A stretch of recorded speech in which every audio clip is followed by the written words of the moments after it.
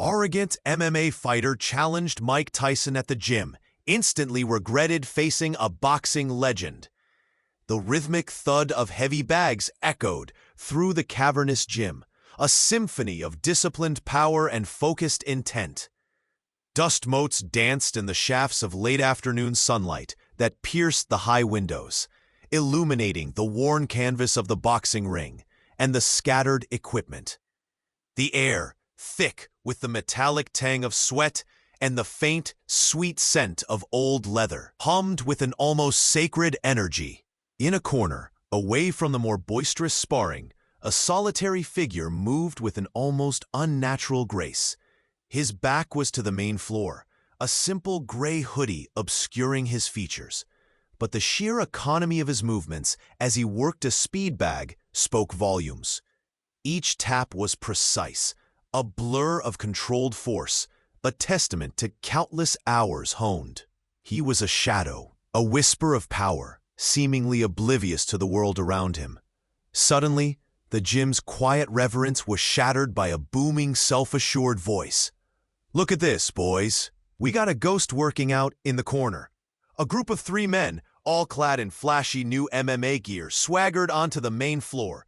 At their head was a hulking figure, his chest puffed out, a sneer plastered across his face. This was Jax the Hammer Riley, a rising, notoriously arrogant MMA fighter, fresh off a minor victory and brimming with overconfidence. His 2 cronies, equally broad and loud, chuckled obsequiously. "Hey, old man, you gonna hit that bag all day, or you gonna show us some real moves?" Jax bellowed, his voice carrying easily over the gym's ambient sounds. A few heads turned, curious, some annoyed. The figure at the speed bag paused, his hands dropping slowly, but he didn't turn. The silence that followed Jax's taunt was heavy, punctuated only by the distant squeak of sneakers on the basketball court next door. Jax, emboldened by the lack of response, took a few steps closer, his cronies slanking him. "What's the matter, Grandpa? Can't hear me? Or are you just too scared to face a real fighter?" He laughed, a harsh, grating sound that made the few other gym-goers wince. A young woman on a treadmill slowed her pace, her eyes wide with apprehension. An older trainer, wiping down a bench press, simply shook his head, a weary resignation in his gaze. The air grew thick with the smell of Jax's expensive cologne, clashing unpleasantly with the honest scent of the gym. "Maybe he's just shy," one of Jax's cronies snickered, nudging the other. "Or maybe he knows he's out of his league." Jax stepped directly behind the hooded figure, his shadow falling over him. "Listen, pal, this is a serious gym. We don't need old-timers pretending to be Rocky. Go home, watch some reruns, leave the fighting to the pros." He reached out, a deliberate slow movement, and snatched the small towel draped over the speed bag stand, tossing it carelessly onto the grimy floor. The quiet figure remained motionless, a statue of calm. The crowd, now a small cluster of onlookers, shifted uncomfortably. No one intervened. They just watched, a mix of pity and morbid curiosity on their faces. A little boy, no older than 7, clutching his father's hand, stared intently, his innocent eyes reflecting the tension. He was watching from somewhere far away, perhaps from a small town where such bravado was unheard of, or maybe a bustling city where it was all too common. Tell us where you're watching from in the comments. We'd love to know. Jax, sensing the silent audience, puffed out his chest further. "You know what? I'm feeling generous. I'll even give you a free lesson. Show you how a real punch lands." He balled his fist, a massive tattooed club, and slammed it against the heavy bag nearest the hooded man, sending a loud thwack echoing through the gym. The bag swung wildly, almost knocking over a water bottle. "See that? Power. Something you wouldn't know anything about." He sneered, then turned back to the silent figure. "Come on, old man. Give us a show. Or are you just going to stand there and take it?" He took another step, invading the man's personal space, his voice dropping to a menacing whisper. "I'm talking to you, Grandpa. Look at me when I'm talking to you." The tension was palpable, a suffocating blanket. But gym-goers held their breath, waiting for the inevitable explosion or perhaps the quiet retreat of the humiliated man. Before we reveal what the crowd didn't know, hit that subscribe button. Trust me, you'll want to see how this ends, because this story is just getting started. The hooded figure finally moved, a slow, deliberate turn. His head lifted, and the hood, which had been pulled low, slipped back just enough to reveal a glimpse of his face. It was only a fleeting moment, a shadow playing across familiar features, but a collective gasp rippled through the small crowd.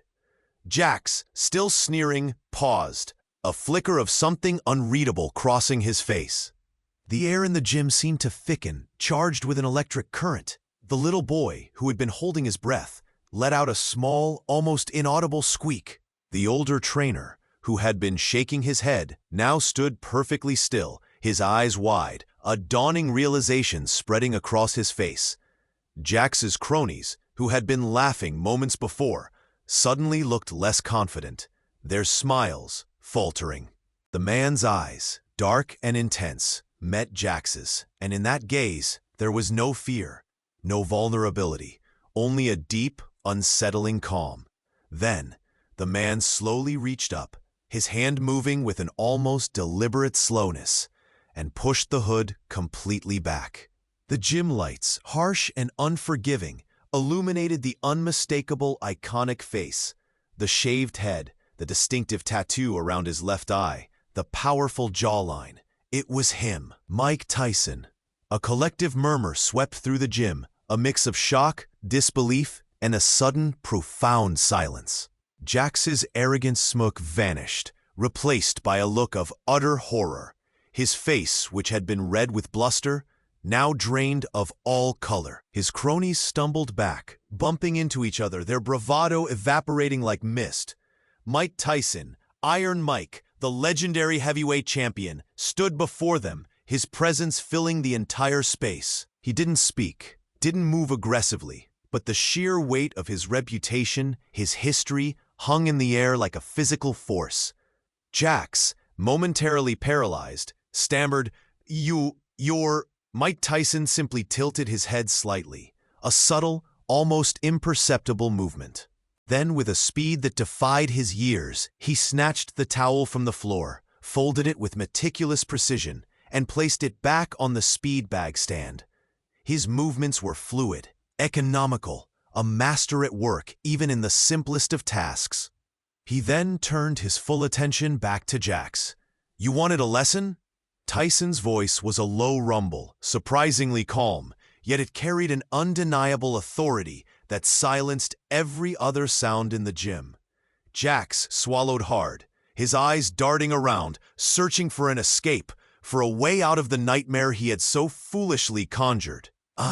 I didn't know it was you, Mr. Tyson," Jax stammered, his voice barely a whisper, his earlier arrogance completely gone. "I swear, I thought you were some old guy." Tyson took a single, slow step forward. Jax instinctively recoiled, tripping over his own feet and stumbling backward. His cronies, seeing their leader's terror, were already backing away, trying to blend into the now petrified crowd. "You thought I was some old guy?" Tyson repeated, his voice still calm, but with an edge that sent shivers down spines. "And you thought it was okay to disrespect some old guy?" He didn't raise his voice, didn't clench his fists, but his presence alone was a weapon. The little boy, still clutching his father's hand, watched with wide, unblinking eyes, a silent witness to the unfolding drama. Jax, desperate, tried to regain some semblance of composure. No, sir. I was just messing around. It was a joke." Tyson's gaze was unwavering. "A joke?" he asked, his voice a soft echo in the silent gym. He then stepped towards the heavy bag Jax had struck earlier. With a casual, almost dismissive flick of his wrist, Tyson delivered a single, short, sharp jab. The sound was not a thwack like Jax's, but a deafening crack, like a whip snapping through the air. The heavy bag, which had seemed so formidable moments before, shuddered violently, its chains groaning under the impact. It swung back and forth with an incredible force, a testament to the sheer, raw power contained within that single, seemingly effortless punch. The crowd gasped, some people actually taking a step back. Jax stared at the still swinging bag, then back at Tyson, his face a mask of pure terror. He had seen power, but nothing like this. This was a different league, a different dimension. Tyson then turned to Jax, his expression unreadable. "You want to learn how a Rie punch lands?" he asked again, his voice still low. Jax shook his head frantically, his bravado completely shattered. "No, no, sir. I'm good. I'm really good." He was practically pleading. Tyson simply nodded, a slow, deliberate motion. "Good, because respect isn't taken by force, it's earned by humility and hard work." He then turned his back on Jax, picked up his towel, and calmly walked towards the exit, leaving Jax and his cronies standing amidst the stunned silence of the gym. The crowd parted for him, a path of reverence. As he walked out, the little boy looked up at his father, a newfound understanding in his eyes. Sometimes the quietest person carries the greatest power, and true strength is often found in the most unexpected places.